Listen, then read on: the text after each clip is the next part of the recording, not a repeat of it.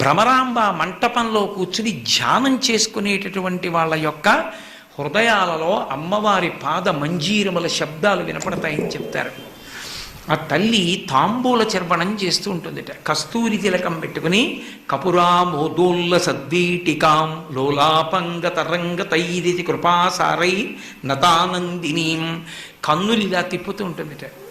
మీరు ఎప్పుడైనా కామాక్షి తర్వాత కన్నులంత స్ఫుటంగా పడి భ్రమరాంబకి ఎప్పుడైనా మీరు వెళ్ళి చూడండి. ఏదో దర్శనం కాదు, బాగా చూడండి.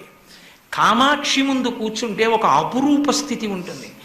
పరమ భాగవతోత్తములైన వారు కామాక్షి అమ్మవారి గుడిలో ఎదురుగుండా కూర్చుంటే ఆవిడ కళ్ళు తిప్పడం కనపడుతుందని చెప్తారు ఇప్పటికే పెద్దలు.